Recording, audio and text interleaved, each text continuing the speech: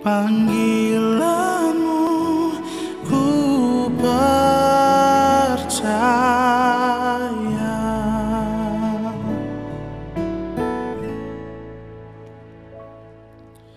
Sungguh besar setiamu,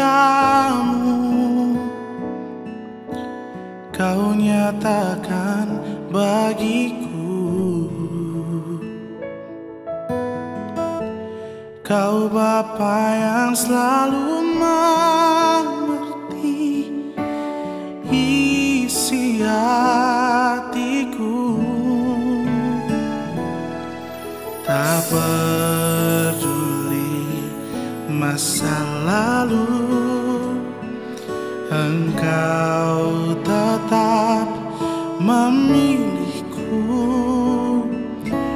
Ubahkan ku, sempurnakan jadi karya yang indah. Kemuliaan-Mu Kau janjikan, aku tetap percaya.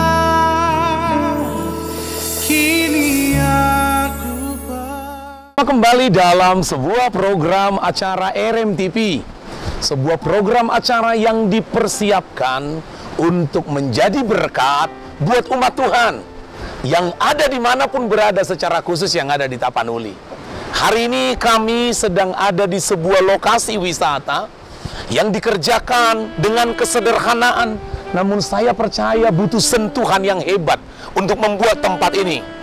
Ada Sungai Situmandi, ditata dengan mulai begitu baik, dan sangat berharap akan ada uluran tangan dari pemerintah, bahkan para pemerhati wisata, secara khusus Marga Huta Barat yang ada di seputaran Huta Barat ini dan masyarakat Tarutung sekitarnya. Lokasi yang sangat indah ini, inilah alam ciptaan Tuhan. Kalau kita bisa mengagumi alam ciptaan Tuhan, harusnya kita akan lebih kagum dengan Tuhan yang menciptakannya. Ada orang hanya mengagumi alam ciptaan, tetapi terpikirkah engkau, alam ini tidak ada dengan sendirinya. Ada yang menciptakannya. Namanya Tuhan, pencipta alam semesta. Tuhan yang menyatakan diri di dalam nama Tuhan Yesus Kristus.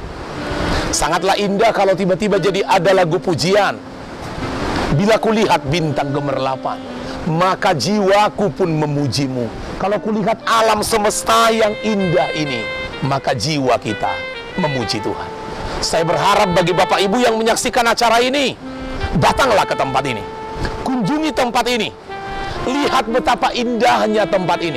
Engkau pasti terberkati ketika engkau datang ke tempat ini. Bagi Bapak Ibu di luar Tapanuli, yang mungkin engkau bahkan dimanapun berada, kunjungi tempat ini. Ada begitu banyak tempat di Tarutung, di Tapanuli Utara, yang bisa memanjakan mata kita, tetapi lebih dari apapun, membuat hati kita terus bersyukur kepada Tuhan. Hari ini sebagai seorang pendeta, saya akan menyampaikan sebuah kebenaran firman Tuhan dari kitab Amsal pasal yang keempat, ayat yang ke-23. Demikian firman Tuhan, Amsal 4 ayat 23. Jagalah hatimu dengan segala kewaspadaan, karena dari situlah terpancar kehidupan. Sekali lagi, jagalah hatimu dengan segala kewaspadaan, karena dari situlah terpancar kehidupan. Saya berikan sebuah tema di Sungai Situmandi ini, hati-hati dengan hati. Raja Salomo, orang yang sangat kaya, orang yang sangat hebat pada zamannya, mengingatkan kita akan sebuah nats Alkitab yang berkata begini, jagalah hatimu. Kalau bahasa Bataknya ayat ini lebih bagus lagi, sias saluhut si jagaun, gumudang majaga rohan. Ada banyak orang Bapak Ibu menjaga jabatannya. Ada banyak orang menjaga karirnya. Ada banyak orang kalau mungkin dia muda, menjaga calon pasangan hidupnya, menjaga kekasihnya. Tidak ada yang salah dengan itu. Mungkin kalau dia orang kaya, dia jaga tabungannya. Kalau kita dengar kasus sekarang Bapak Ibu Saudaraku, ada sebuah bank Bapak Ibu di Jakarta yang nasabahnya kehilangan uang sampai 20 miliar. Ternyata di bank pun uang tidak aman lagi. Biasanya pertanyaannya begini, apa yang biasa dijaga orang? Ya pasti sesuatu yang berharga buat dia, bukan? Ada orang yang menjaga barang berharga namanya emas. Biasanya emas disimpan di mana? Dia akan simpan di rumah. Di dalam rumah masuk ada kamar. Di dalam kamar ada lemari. Di dalam lemari ada lemari yang lebih kecil lagi. Di dalam lemari yang lebih kecil ada lemari yang lebih kecil lagi. Di dalam kotak yang lebih kecil ada kotak tempat emas itu lagi. Dan di dalam kotak itu lagi ada satu kotak yang lebih kecil. Di sanalah disimpan emasnya. Pertanyaannya, mengapa dia simpan begitu terperinci? Karena berharga. Tapi hari ini saya ingin menyapa semua pemirsa. Alkitab mengingatkan kita, ada satu hal yang harus kau jaga. Namanya, kau jaga hatimu. Saya simpulkan, kalau para pemirsa RMTP menjaga hatimu, Tuhan jaga jabatanmu. Kalau kau jaga hatimu, Tuhan jaga mata pencaharianmu. Kalau kau jaga hatimu, Tuhan jaga karirmu. Kalau kau jaga hatimu, Tuhan jaga keluargamu. Kalau kau jaga hatimu, Tuhan jaga suamimu dari mini pelet di mana-mana. Pertanyaannya, mengapa hati harus dijaga? Karena hati sangat penting. Tapi izinkan aku berbicara sebentar lagi buat Bapak Ibu. Apa yang terjadi kalau hati tidak dijaga? Kalau hati tidak dijaga, akan begitu banyak sampah yang masuk ke hati kita. Sekali lagi Alkitab bilang, jaga hatimu. Masalahnya ada banyak orang sibuk menjaga hati orang. Tapi Alkitab mengajar kita bukan jaga hati orang, tapi jaga hatimu. Apa yang terjadi? Sampah apa yang bisa masuk ke hati kita kalau kita tidak menjaga hati? Ada beberapa hal. Sampah yang pertama yang bisa masuk ke hati kita, namanya adalah iri hati. Mengapa orang bisa iri hati? Karena pasti nggak jaga hatinya. Apa itu iri hati? Nggak siap melihat orang lain lebih baik dari dia. Nggak siap melihat orang lain lebih hebat, lebih kaya dari dia. Kalau bahasa yang sederhananya gini, Bapak Ibu Saudaraku, tetangga yang beli kulkas, dia yang kedinginan. Tetangga yang beli kompor gas, dia yang kepanasan. Tapi mengapa itu terjadi?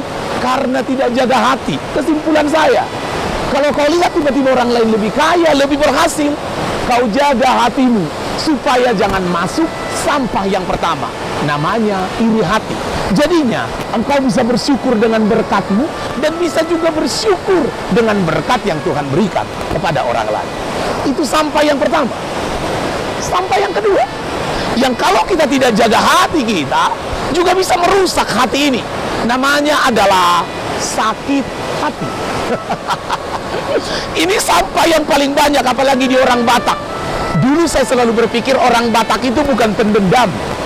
Saya bilang begini, orang Batak itu punya filosofi, siburu puas siburu bakara, moloduk puas suada mara. Tapi ternyata orang Batak punya filosofi yang lebih hebat, namanya mardomu itanorara. Begitu banyak sakit hati di mana-mana. Gereja-gereja di tanah Batak ini dimanapun ribut karena apa? Tidak jaga hati, sakit hati. Mertua dengan menantu ribut, sakit hati. Mengapa? Tidak jaga hati. Pendeta dengan pendeta, lihatlah keadaan Indonesia sekarang ini, Bapak Ibu, ribut di mana-mana. Mengapa? Karena tidak menjaga hati. Hasilnya masuklah sampah yang kedua yang namanya sakit hati. Mengapa kau sakit hati? Karena kau tidak menjaga hati. Kalau begitu apa yang harus kulakukan? Tuhan, berikan aku hati anti gores.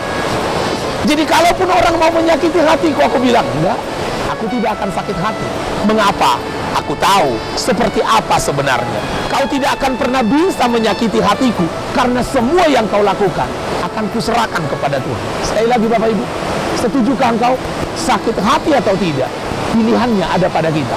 Kalau kau bilang kacipir rohaku, ya sakit hatilah. Tapi kalau kau bilang tidak, aku jaga hatiku, karena aku bertanggung jawab menjaga hatiku. Orang boleh melukaimu, tapi engkau tidak akan sakit hati. Saya ulangi lagi Bapak Ibu. Tadi ada iri hati. Karena hati tidak dijaga, iri hati. Karena hati tidak dijaga, sakit hati. Tapi jangan lupa masih ada yang berikutnya.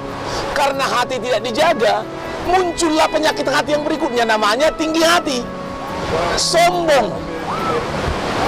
tidak tahu diri, dan ibawa tomagona. Ada bahasa orang Tarutung, dia bilang begini, biar miskin asal sombong. Bisa bayangin nggak? Halak namorado binda ginjang rohana. Dia tidak. Biar miskin asal sombong. Hari-hari ini jujur, Bapak Ibu Saudaraku, mengapa orang bisa tinggi hati? Pasti karena tidak jaga hati. Tidak jaga hati maksudnya apa? Dia lupa kalau dia bisa bukan karena dia, karena Tuhan. Kalau dia punya itu bukan karena dia, karena Tuhan. Kalau Tuhan ambil semua apa yang dia punya, mau ngomong apa dia? Boleh punya jabatan, tapi jaga hatimu. Karena kalau kau tidak jaga hatimu, jabatanmu naik, hatimu ikut naik. Kepintaranmu naik, hatimu ikut naik. Mengapa? Karena tidak jaga hati. Jadinya apa? Dia lupa kalau ada pribadi yang memberikannya, namanya pribadi Tuhan.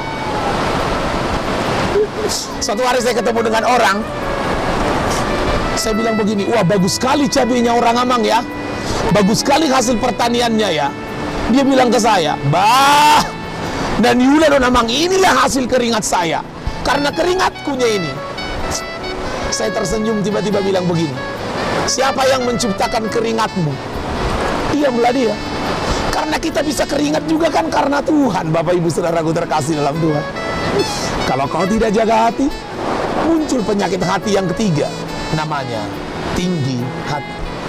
Tapi yang keempat, kalau kau tidak jaga hati, akan muncul penyakit hati yang berikutnya, sampah, namanya tawar hati.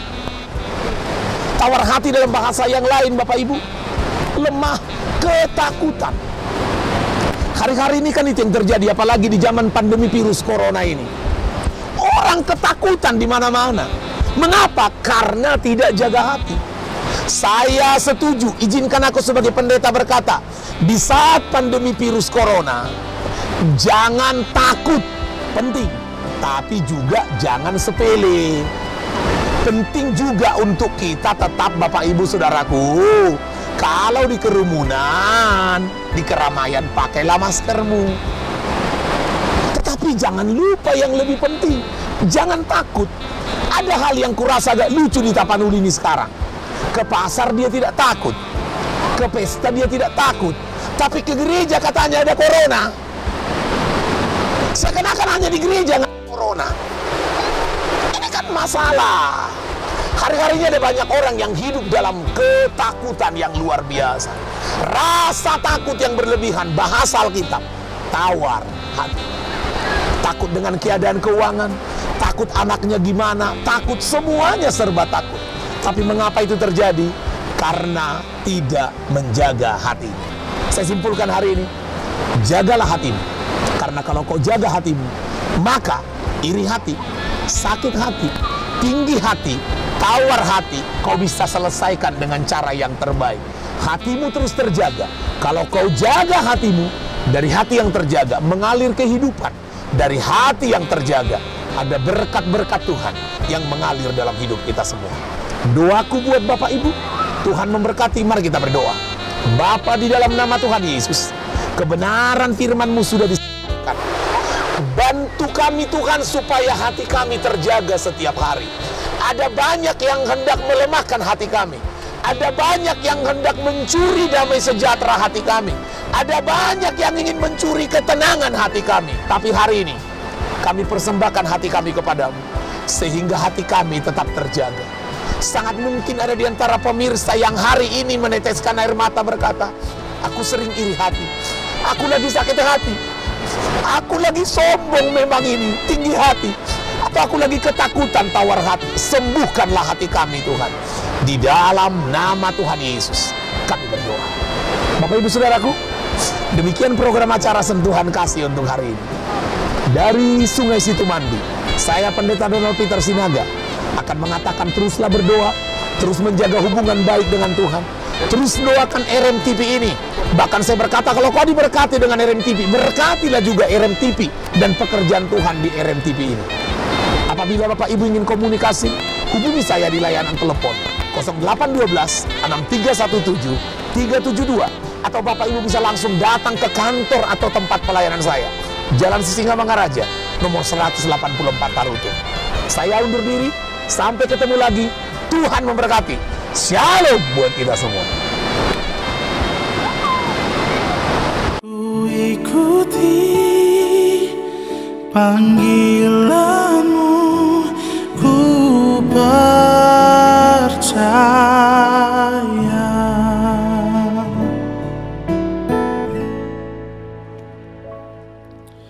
Sungguh besar setiamu, kau nyatakan bagiku. Kau Bapa yang selalu mengerti isi hatiku. Tak peduli masa lalu, Engkau tetap memilihku. Ubahkan ku, sempurnakan jadi karya yang indah. Kemuliaan-Mu Kau janjikan,